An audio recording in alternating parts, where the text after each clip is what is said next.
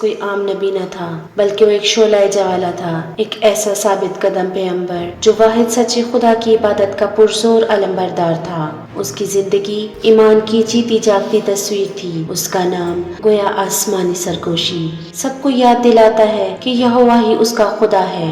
تصور کریں کہ وہ نام اسرائیل کے پہاڑوں اور وادیوں میں گونج رہا ہو، وہ جس کا خدا یہوہ ہے۔ ایلیا کا وجود خود اس کے الہی مقصد کا اعلان تھا، قادر مطلق کی عظمت کی گواہی۔ مگر ایلیا کیوں نمایاں تھا؟ اسے اس غیر معمولی مشن کے لیے کیوں چنا گیا؟ ٹھہریے اور جانیے۔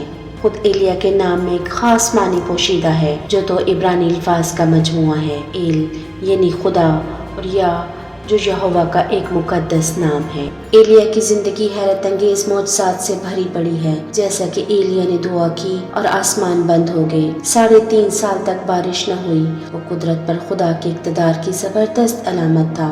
زندگی کے تسلسل میں ایک آسمانی وقفہ۔ اس نے آٹے اور تیل کو بڑھایا۔ جب وہ سارپت کی بیوہ کے ساتھ ٹھہرا تو اس کے قلیل وسائل معجزانہ طور پر جاری رہے۔ یہاں قلت سے کفالت نکلی جو خدا کے بے پایاں فضل کی علامت تھے۔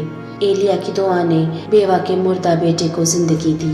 یہ معجزات خدا کی حاکمیت اور ایلیا کی اس کے پیغمبر ہونے کی تصدیق کرتے ہیں۔ ایلیا کا مشن واضح تھا، بت پرستی کا ڈٹ کر مقابلہ کرنا۔ وہ شاہ اخیب اور ملکہ ایزبیل کے سامنے کھڑا ہوا جو بال کی پرستش کو فروغ دیتے تھے۔ اس کا نام یہوہ میرا خدا ہے، اس کے پختہ ایمان اور خدا سے اس کے پیار اور وابستگی کی گواہی دیتا ہے۔ ایلیا کی شعلہ فشان طبیعت اس کے خدا داد اختیار کی عکاسی کرتی تھی۔ ایک ایسی زمین پر جہاں جھوٹے معبودوں کی بھرمار تھی، ایک وقت ایسا آیا جب ایلیا جان کے شدید خطرے سے دوچار ہوا اور مرنا چاہا۔ اسے ملکہ ایزبیل کی جانب سے سخت اذیت کا سامنا تھا جو اسے قتل کرنا چاہتی تھی۔ اس کے خوف سے وہ بیابان کی طرف بھاگ گیا جہاں اس نے مایوس ہو کر خدا سے اپنے جان لینے کی درخواست کی۔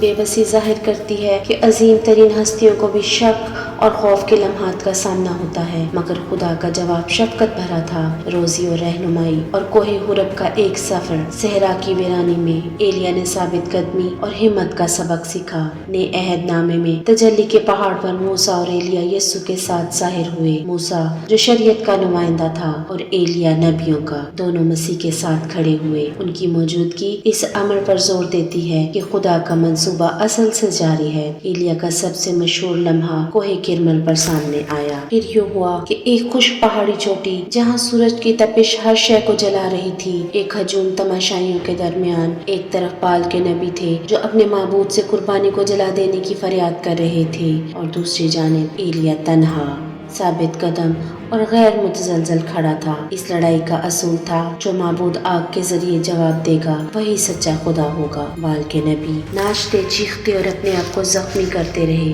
مگر ان کی قربان گاہ سرد اور بے جان رہی۔ ایلیا نے سکون سے خدا کا تباہ شدہ مذبح دوبارہ تعمیر کیا، اس پر پانی بہایا اور دعا کی، اور پھر وہ لمحہ آیا۔ آگ آسمان سے نازل ہوئی اور قربانی، لکڑی، پتھروں اور حتیٰ کہ پانی کو بھی بھسم کر دیا۔ لوگ زمین پر گر گئے اور پکار اٹھے، خداوند ہی خدا ہے۔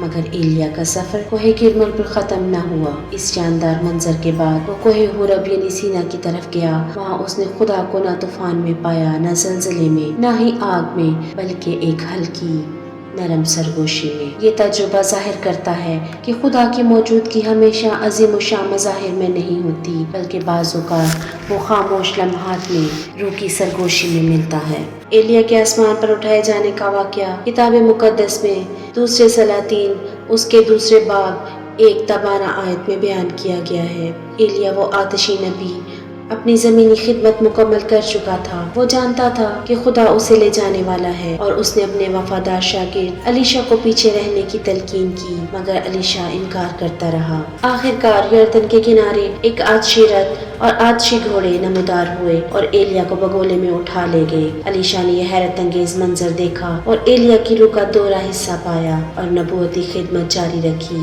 یہ واقعہ مسیح کی دوسری آمد کی ایک تمثیل کے طور پر بیان کیا جاتا ہے۔ ایلیا کا اچانک اٹھایا جانا ہمیں مسیح کی غیر متوقع آمد کی یاد دلاتا ہے۔ جیسے ایلیا بغیر انتباہ کے اٹھایا گیا، یسوع نے وعدہ کیا کہ وہ چور کی مانند آئے گا۔ ایلیا کی روحانی میراث، اس کا جوش اس کی ثابت قدمی اور خدا کے لیے اس کی لگن آج بھی مومنین کو ترغیب دیتی ہے۔ اس کی زندگی ہمیں وفاداری، خدا پر بھروسہ، عاجزی اور الہی قربت کے اسباق دیتی ہے۔ ایلیا کی شعلہ فشاں روانگی ابدیت میں گونجتی ہے، ہمیں یہ یاد دلاتی ہے کہ کبھی کبھار ایمان زمینی حدود سے بالا تر ہو جاتا ہے۔ بس ہم بھی ایلیا کی مانند اپنے ایمان کو آتشی رت کی طرح جلا دیں جو ہمیں ابدیت کی طرف لے جائے، اور شاید کسی دن ہم بھی ایلیا کو آسمانی شعلوں پر سوار دیکھیں، ہمیں اپنے ساتھ بلاتے ہوئے۔